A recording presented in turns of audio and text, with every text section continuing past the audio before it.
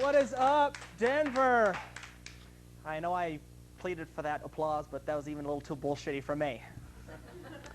Before we get into tonight's topic, I've got a huge announcement to make. Our friends from the band Rogue, Bill Terrell and the guys, just got signed with Saturn Records, a division of Elektra Records. Woo! Yeah. Nice job. Bill! Mr. Terrell, congratulations. The new CD will be called Porn Again Christian. Leave it to Terrell. 100,000 copies will be distributed all over the country. If they sell 30,000 copies, they get a huge chunk of cash. So everybody watching the show around the country, go pick up Rogue's new album. Also, they will be part of a major national tour before March 1st, 2002. Go to roguemetal.com and congratulate the guys. Personally, congratulations to the band Rogue. They're personal friends of mine. I just talked to Terrell yesterday. Congratulations to you guys. Let's put Denver on the friggin' map already. Bill! So, anyway, what's that? Nobody caught that. Thank God for editing. Now, before we get in, let's get into the topic for tonight. Westward calls it the, quote, best of Denver. Go-Go magazine refers to it as the, quote, yearbook annual awards, and 5280's magazine's version is the, quote, top of the town. Each year, local newspapers, magazines, and other media outlets put together their list of what they think is so great in the city of Denver, Colorado. Forgive me, but I have to throw my 2 cents in here. The publications that I have chosen for this monologue are, well, Westward, over here. Westward, Go-Go magazine, and 5280 magazine. Before I get into the best of segment, let me first talk about these one at a time. First, there is Go-Go, right there somewhere. Anyway, my personal favorite of the three, and not just because they put me on the cover of the December 7th, 2000 issue. This bi-weekly magazine supports local talent, which is a huge plus in my opinion. But most of all, Editor-in-Chief Chris Magyar and his entire staff are generally nice people. This publication actually has a personality and doesn't take itself seriously. When your columns feature the tattooed food critic Bobby Black and a sex column with former Cone Zone guest Stephanie Glenn, you can't go too wrong there. Next, Westward. Right there. I have come in contact with 2 writers at Westward. Both were as stuck up as Elizabeth Taylor on her birthday. It's not very nice. That isn't very nice, thank you. Apparently the folks at Westward must think that they're real journalists and the drivel they print is somehow changing the world. I'm guessing if your weekly newspaper was so great, you wouldn't be giving it away for free, now would you? I hate to be the one to say this, but the only reason people pick up this rag is to see the concert calendar and movie listings. Get over yourselves, Westward. And I'm guessing there isn't a bigger douchebag, dildo head, arrogant piece of shit bigger than Michael Roberts in the Denver media. Print that. Jesus, can we applaud? And yeah. And finally, 5280, my buddies. I wouldn't put this faggy, plastic, fluff-ridden garbage at the bottom of my bird's cage. Chirp, chirp. This bi-monthly magazine is the worst publication in the state of Colorado, possibly the country. Editor and publisher Daniel Brogan, you should be ashamed of yourself. I'd rather slam my crank in the toilet seat than read this rag on a regular basis. Yikes. Not your crank. The gist I get by flipping through this crap, since all involved with this magazine have their faces so far up Cherry Creek's cornhole, if you don't earn 6 figures a year, you're a toad. It would surprise me like not at all if writers from this magazine showed up to a Cone Zone taping wearing white gloves because they don't want to touch anything with their hands. Especially not your crank. Guess not.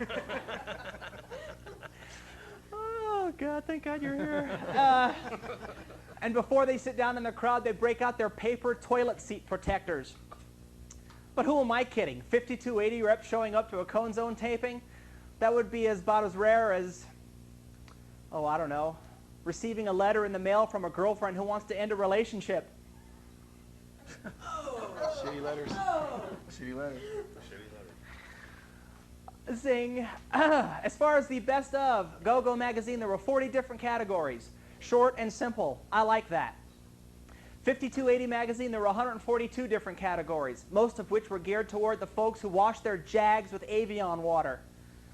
Westward proved to have way too much free time on their hands as they blessed us with 537 different categories. Way too overboard.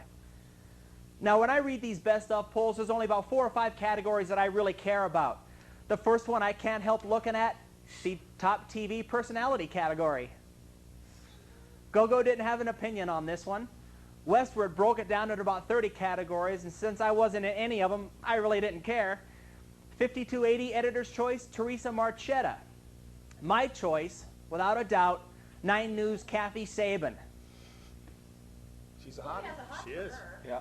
I would do Kathy Sabin so long and often that firemen would have to break out their hoses to separate us. Her and your crank. My crank. Her skin would be so sticky she'd resemble a walking half-eaten blowpipe. Pop. Whatever. Not again. Whatever. Jag pipe, crank. Whatever. What do you call Kathy Sabin with a runny nose?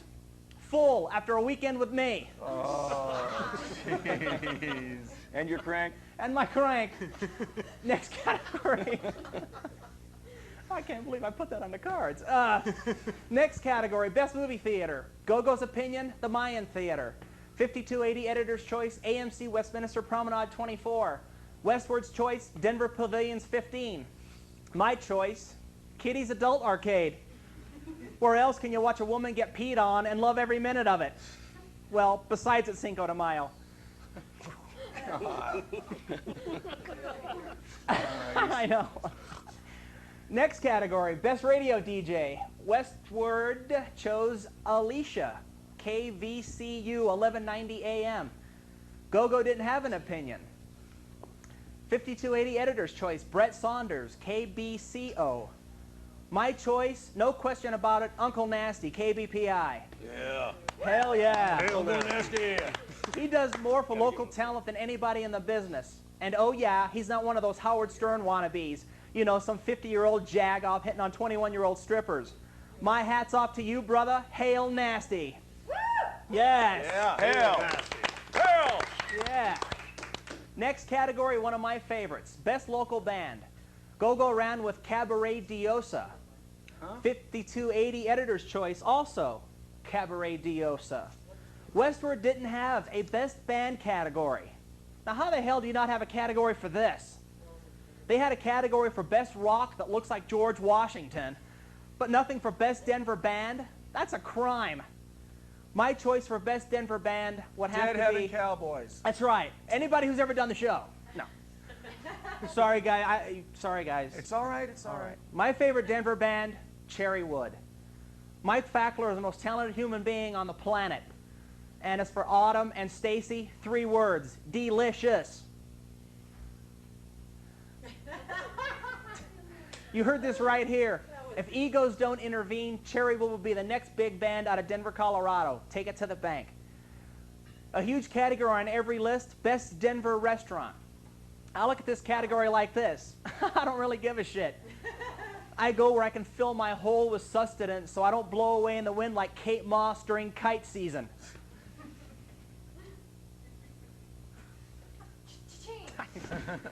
Kate's in the house tonight. Some pointless categories I couldn't believe made it into print. From Westward, best place for a pagan ritual, best boxers for rugged terrain, best Australian hats, and best bathroom graffiti in a punk club. Come on, is this crap really necessary? 5280 had a category for Denver's best macaroni and cheese. Whatever's right. 5280's top sports coach in Colorado, Pam Tanner. Who? I guess Bob Hartley bringing a Stanley Cup in town isn't good enough, huh? 5280's top husband and wife? No, not John and Janet Elway, or even Ed and Lisa McCaffrey. Instead, it was Leo and Susan Kiley. Who? One of the categories in 5280's list made me wonder how much of their research was bullshit. According to the magazine, their top neighborhood on the rise, 5 points. Where we are right now. Where we are right now. My question then becomes, when the hell were you stuck-up assholes ever in 5 points? Would you see it on the news during Juneteenth?